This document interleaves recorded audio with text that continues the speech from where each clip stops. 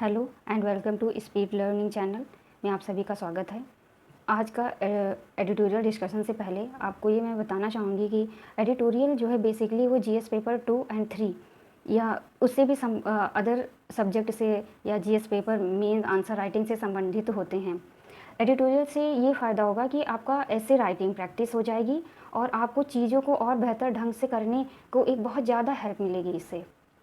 तो आप कोशिश कीजिए कि जो कीवर्ड्स यूज़ होते हैं एडिटोरियल में उनको आप रिलेट कीजिए जीएस पेपर 2 एंड सेकेंड से। जैसे कि आज का टॉपिक है चीन से मुकाबले की तैयारी, तो ये इंटरनेशनल जीएस पेपर 2 के इंटरनेशनल रिलेशनशिप से संबंधित है आर्टिकल आज का।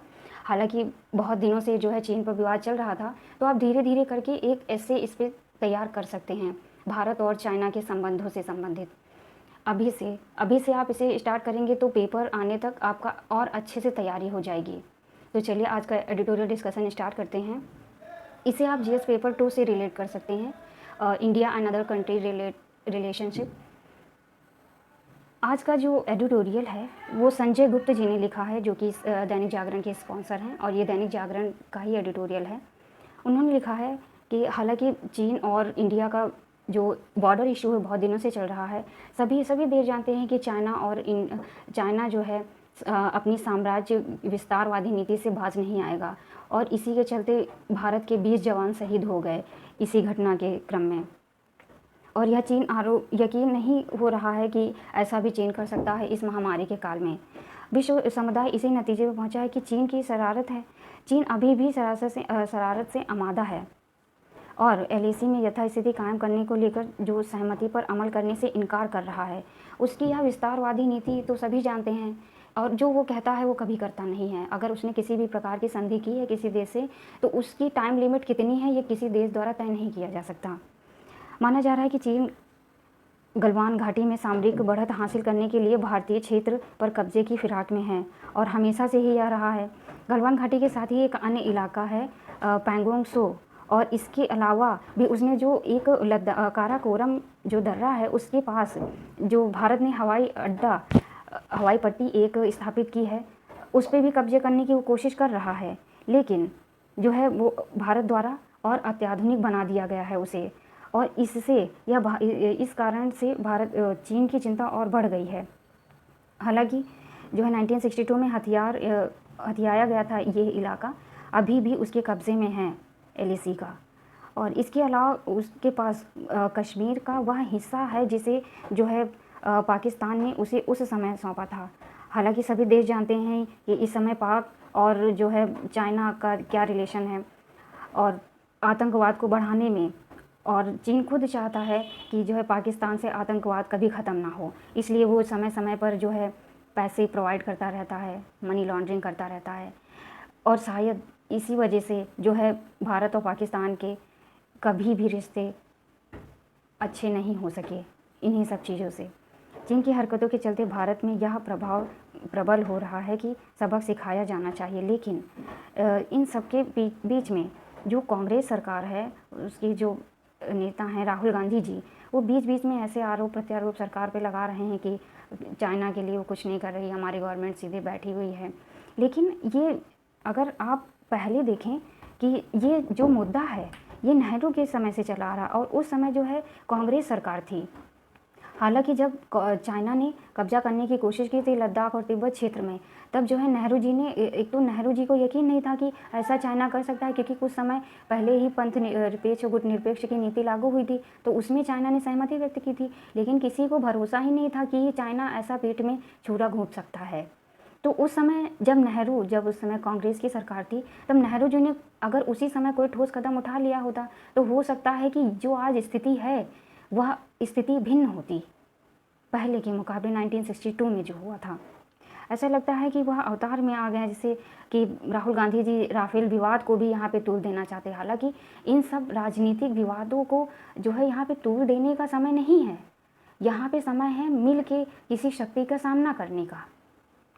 ठीक वैसे ही राजनीतिक आत्मघाती व्यवहार कर रहे हैं लोग सर्जिकल स्ट्राइक की वजह से, और इस रवैये से ज़्यादा खुश तो चाइना होगा कि हमारे यहाँ बाह्य स्थिति तो सीमा विवाद चल ही रहा है और आंतरिक अशांति भी फैली हुई है। तो कोशिश करें कि कम से कम हम आंतरिक अशांति जो है इसे तो ख़त्म करें। जो बाहरी शक्तियाँ हम पे वार कर रही हैं उनसे निपटना इस समय ज़्यादा ज़रूरी है। तो आगे कहा गया है राइटर द्वारा, चीन भारत का एक बड़ा व्यापारिक साझेदार तो है ही, देश में अच्छा खासा निवेश भी है भारत का, और अब से नहीं बहुत समय से कुछ 100% में से 65% पहले ही इंडिया का आयात करता था चाइना से, और आधारभूत ढांचे के निर्माण में बड़े बड़े स्टार्टअप कंपनियों का निवेश कर रखा है चाइना ने। इसके चलते तमाम भारतीय कच्चे माल उपकरण पर भी भारत निर्भर है। चीन को जवाब देने के मामले में बात बार बार उठ रही है, पर हमें अपनी निर्भरता कम करनी होगी चाइना से। और इसके लिए देखिए, जो बॉर्डर का इशू अभी चल रहा है, हालांकि ये ज़रूरी नहीं है कि हम शांत बैठे हैं। सूत्रों से पता चला है कि जल्द ही एयर डिफेंस सिस्टम, जो कि अन्य देशों से एक रक्षा सामग्री हमें मिलने ही वाली है, सूत्रों से पता चला है। और हालांकि अभी इस समय आकाश मिसाइल को वहाँ तैनात कर दिया गया है, जो कि कुछ ही दूरी पर, बॉर्डर से कुछ ही दूरी पर स्थित कर दिया गया है। और वो कुछ, अगर मान लीजिए गतिविधियाँ और तेज़ होती हैं चाइना की, तो वो कुछ ही मिनट में वो अटैक कर सकने में सक्षम है आकाश मिसाइल, जो कि सतह से हवा में वार करती है। और रही बात दूसरी की चीन पर आत्मनिर्भरता की, तो बहुत सारी ऐसी व्यापारिक गतिविधियां हो रही हैं, व्यापार बढ़ा है, लेकिन किसी को ये नहीं पता था चीन हर बार धोखेबाजी कर जाता है, और इस कोरोना टाइम में भी वो धोखेबाजी कर जाएगा। एक तो वैसे भी भारत इस समय कोरोना जैसे महामारी से निपट ही रहा था, फिर उसके बाद सीमा विवाद हो गया, और तीसरा पक्ष ये उठता है कि भारत की आत्मनिर्भरता को भी अब और अधिक मजबूत बनाना होगा। ये बहुत ज़रूरी हो गया भारत के लिए। हालांकि सरकार ने जो है स्टार्टअप मेक इन इंडिया जैसे प्रोग्राम को लॉन्च कर रखा है, तरह तरह की योजनाएं भी, किसान योजना है, और स्टार्टअप को बढ़ावा देने के लिए स्टार्टअप इंडिया, और भी बहुत सारी योजनाएं इस बीच महामारी के दौरान शुरुआत की गई है हमारी सरकार द्वारा। लेकिन अगर सभी लोग इस बात का विरोध कर रहे हैं कि निर्भरता कम करनी चाहिए, लेकिन हम एकदम से हाथ नहीं खींच सकते चाइना से, हमें धीरे धीरे करके आत्मनिर्भर बनना होगा। नहीं तो ये होगा कि अगर एकाएक हम चाइना से जो है सामान लेना बंद कर देंगे, तो हमारी भी कंडीशन इतनी अच्छी नहीं है, आर्थिक स्थिति इतनी मजबूत नहीं है कि हम तुरंत एक नया व्यापार कर सकें, क्योंकि सारी योजनाओं को लागू करने में सरकार का बहुत पैसा खर्च हो चुका है, और इतना पैसा फिर से स्टैब्लिश करने में भारत को अभी बहुत वक्त लगेगा। अतः इस पे जो है आज चीन ऐसा बहुत सारा सामान आ रहा है जिसके निर्माण की क्षमता भारत के पास है। जैसे कि अभी दिवाली आएगी, तो उसमें जो गणेश लक्ष्मी जी की मूर्तियाँ बनाने की क्षमता हम में है। पहले ये था कि ये चीन द्वारा मंगवाई जाती थी, लेकिन हाल ही में वित्त मंत्री द्वारा ऐसा इशारा किया गया है कि अब हम आत्मनिर्भर बनने के लिए इन छोटी छोटी चीज़ों से अपनी शुरुआत करेंगे, क्योंकि चीन इस तरह से भारत को ललकार रहा है, और उसका प्रतिकार करने में भारत को तैयार रहना होगा हमेशा के लिए। और यह स्थिति ज़रूरी नहीं है कि आगे खराब होगी, हम इससे धीरे धीरे आत्मनिर्भर बनेंगे और अपने अनुशासन को और अधिक मजबूत करेंगे।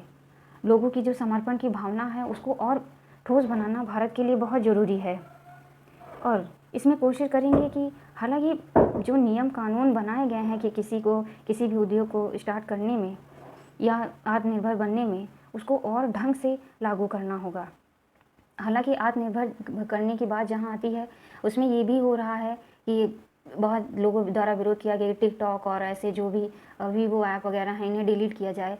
लेकिन बात यहाँ पे ये उत्पन्न होती है कि अभी बहुत से लोगों को इस बारे में जानकारी ही नहीं है कि हमारे देश में कितनी चीज़ें चलाई जाती हैं, या किसी और चाइना द्वारा हम क्या ले रहे हैं। इस बात से भी लोगों को अवगत कराना बहुत ज़रूरी है, वरना अगर कह दें कि हमें ये इंस्टॉल नहीं करने चाहिए चाइनीज़ ऐप, लेकिन बहुत से लोगों को चाइनीज़ ऐप के बारे में पता ही नहीं है। जैसे ग्रामीण क्षेत्र, तो उन्हें तो बस अपनी इंटरटेनमेंट से पता है कि हाँ ये चीज़ अच्छी है, इसको चलो देखते हैं, इंस्टॉल कर लेते हैं, क्योंकि हर चीज़ बहुत आसान हो गई है। तो कोशिश करनी चाहिए भारत को कि वो गांव क्षेत्रों में भी जागरूकता फैलाए इसके लिए। बहुत से लोगों को अभी ये पता ही नहीं है कि किसी भी चीज़ को या किसी भी ऐप को इंस्टॉल करने या ना करने से क्या फ़ायदा होगा, क्या नुकसान होगा, हमारे देश का कितना फ़ायदा है, नुकसान है। हालांकि भारत की सबसे बड़ी मजबूती है भारत का लोकतंत्र, तो इसे और अधिक स्वच्छंदता प्रदान करनी चाहिए। अंत में राइटर ने कहा है कि हमें अपनी जिम्मेदारी के प्रति सजग होना बहुत ज़रूरी है, क्योंकि हमें कुशलता की कमी नहीं है, गुण हैं हमें, लेकिन उसे आगे बढ़ाने के लिए जो परिस्थितियाँ हैं वो कभी हमारे अनुकूल रही ही नहीं, इसलिए उन्हें अब अनुकूल करना होगा। तो अंत में राइटर ने कहा है कि हमारे जो राजनीतिक वर्ग में आना होगा हमें, क्योंकि बदलाव तभी तेज़ी से होगा जब हम खुद जागरूक होंगे, तभी हम आत्मनिर्भर भारत का माहौल तैयार कर पाएंगे। और चीन से मुकाबला एक एक करके करना है हमें, एकदम से नहीं विरोध उत्पन्न कर देना है कि नहीं हमें चाइना से कुछ नहीं चाहिए या उनकी जो व्यापारिक गतिविधियाँ उन्हें तुरंत ब्लॉक करना चाहिए। ऐसा नहीं हम कर सकते, नहीं तो हमारी आर्थिक स्थिति और कमज़ोर है और कमज़ोर हो जाएगी। और अंत में यही कह सकते हैं कि आत्मनिर्भर भारत को अगर और अच्छा और प्रबल बनाना है तो उसके लिए सभी लोगों को जागरूक करना होगा। तो आज का था ये डिस्कशन। Thank you.